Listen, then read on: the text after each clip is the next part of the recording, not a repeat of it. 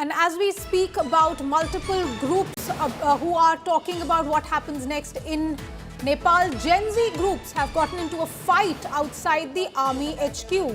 There seems to be clear infighting within the Gen Z groups in Nepal as they accuse army of talking to the wrong groups. There are multiple claimants now for Nepal's top job as the groups are arguing outside the army headquarters in Nepal.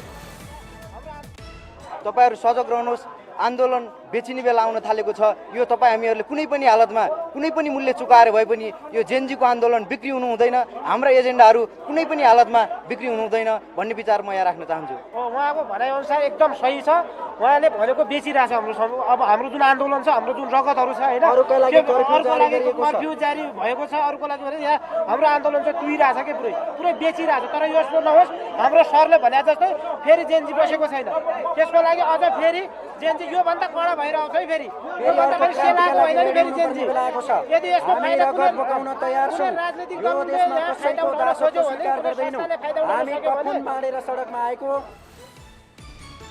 And Amit Bhardwaj joins me live on this story. Amit, we've seen these statements coming in from various activists and various groups who are now outside the army HQ. Take us through what is happening on the ground, please.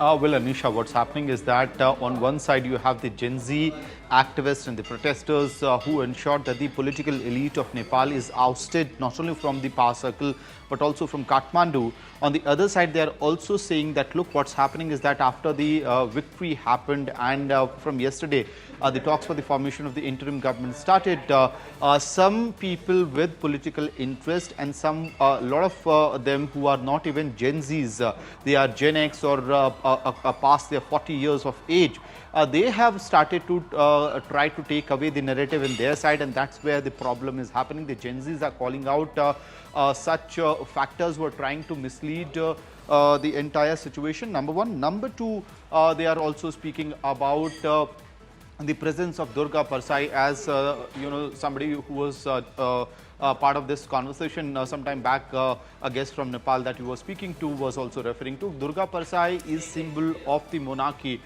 in Nepal at this point in time because he's a pro-monarchy activist, right? So in that particular context, when visuals of Durga Prasad being part of the meeting comes in, obviously the Gen Z activists are not very happy with that situation. But at this point in time, there are all efforts being made for the formation of the interim government, and the focus also seems to be on the fact that who will be the head of that interim government. Along with that, there are proposals doing the round at this point in time as to how to accommodate the Gen Z delegation of the Gen Z representative in the new government or the interim government that's going to be formed until the fresh elections are conducted in Nepal. And I believe that you will have the influence of certain young leaders in that selection process as well, but the Gen Zs also want representation of legal experts in that, civil society members as well as all right, people from Amit, I'm going to have to ask you to stay on with me. My guest Darshan Parajali continues to be with me on this. Let me get a perspective from him.